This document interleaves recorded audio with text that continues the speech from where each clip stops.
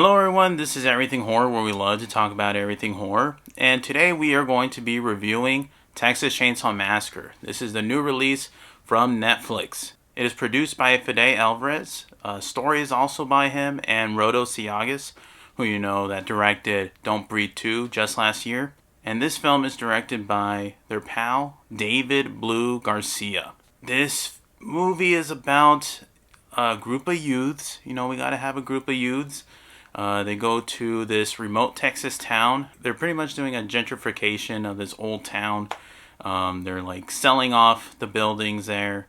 And one of them happens to be occupied by Leatherface. And he seeks revenge. And we have a massacre. We actually have a massacre. I think it stays true to the name in that point. I want to get this out the way. I actually like this movie. Alright? I know. That's pretty insane. From like all the drama that was happening with this film, the original directors were kicked off production because producers weren't liking what they were seeing, and David Blue Garcia had to step in, and he's only done 2 films before this, give or take. I haven't seen those films, but I have to say he actually did a good job. But this film really does feel like a Fede Alvarez film. It's pretty strange. Kind of like how Don't Breathe 2 kind of felt like a Fede Alvarez. This also felt like a Fede Alvarez film. It has this brutality that Fede likes to have in his films. Texas Chainsaw Massacre is really gory. I know it caught me off guard.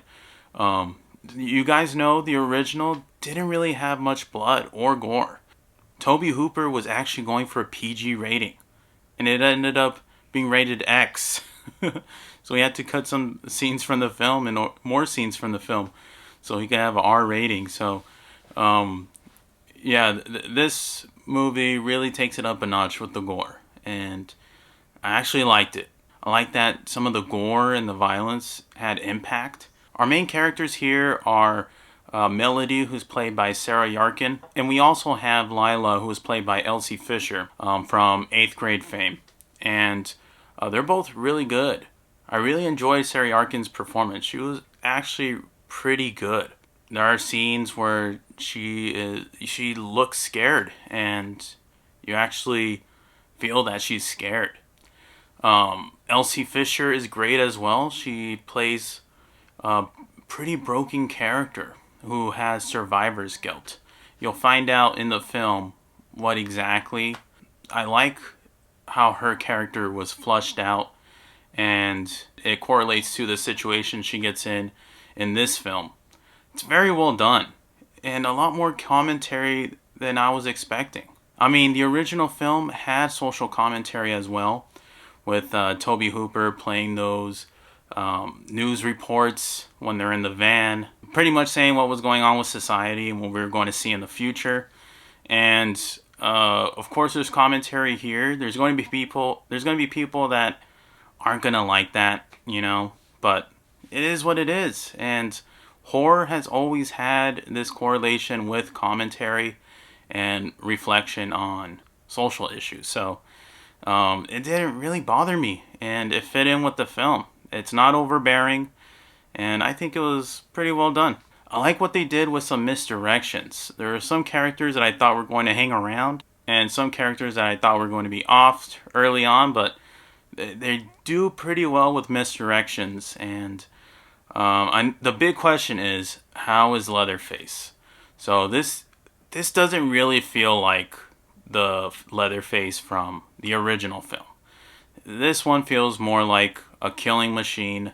In that way, it just didn't really fit in, but I had it in my head, as long as this film is entertaining, an entertaining slasher, I'm okay. And it was. It's not anything like Texas Chainsaw 3D, Next Generation.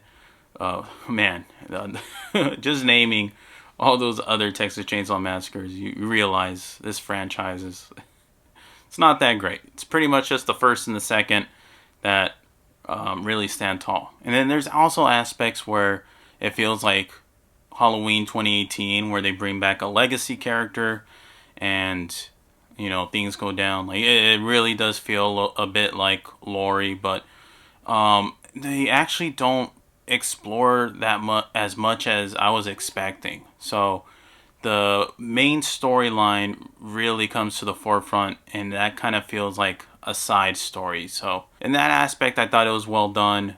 It didn't really mess with the flow of the film, and it also added to the whole social commentary of survivor's guilt. So I think the way they incorporated that into the film was pretty well done. I have to say, this is a lot better than all those other sequels. I really enjoyed it.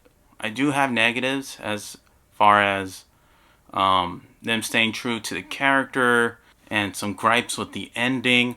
But man, this film is fast paced. It is pretty short, but it's fast paced.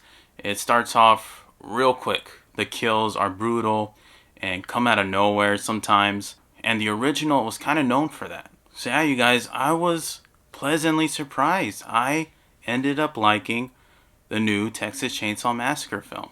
I'm going to give Texas Chainsaw Massacre a 3.75 out of 5. Catch me on a different day, it might be a 4. Alright, I'm kind of like in between those.